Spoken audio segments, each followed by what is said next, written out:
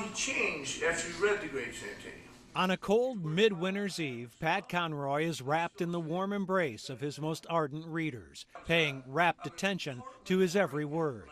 At the Garden District bookstore on Britannia, they've turned out to hear the author of, among others, The Great Santini and My Losing Season. But you're gonna cry.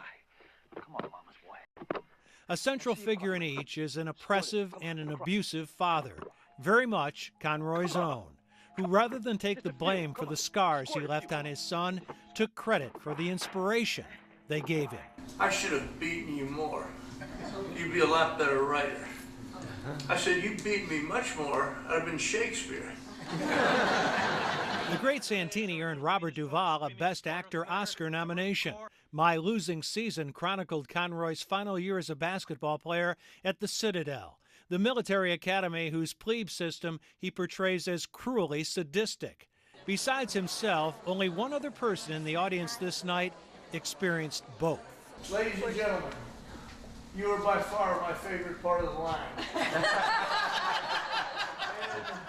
The head coach of Tulane University basketball.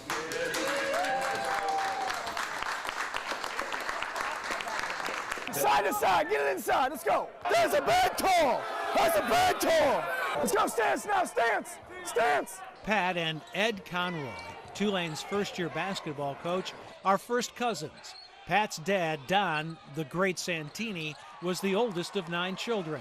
Ed's dad, the youngest of those 9. The legacy Pat left at the Citadel didn't so much pave the way for Ed to go there first as a player and later as a coach, as to litter it with landmines of venom. Ed's name tag read Conroy, a synonym for mud.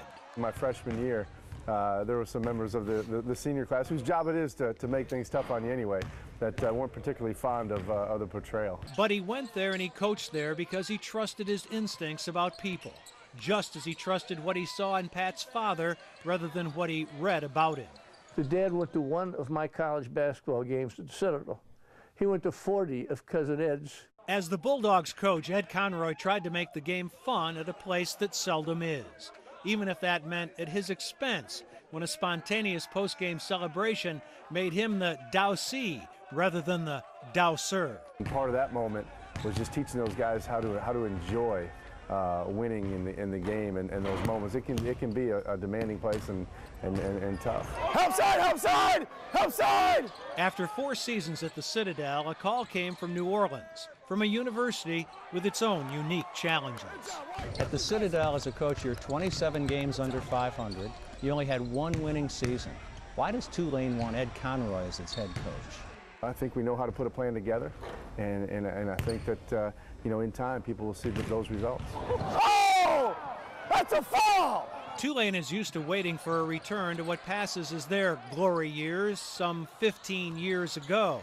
As he makes Tulane better, he battles conference foes who have bettered themselves. Pretty good league. Yeah, pretty balanced too. This year, I mean, it's like every night. I mean, there's no separation. To catch up, to surpass, he'll need better players.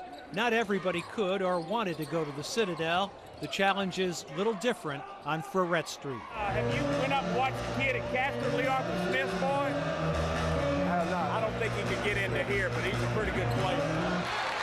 To find them, to get them, can require in-season recruitment trips to the snowy Northeast in the dead of winter, when your hopes of a winning season may be dying as well.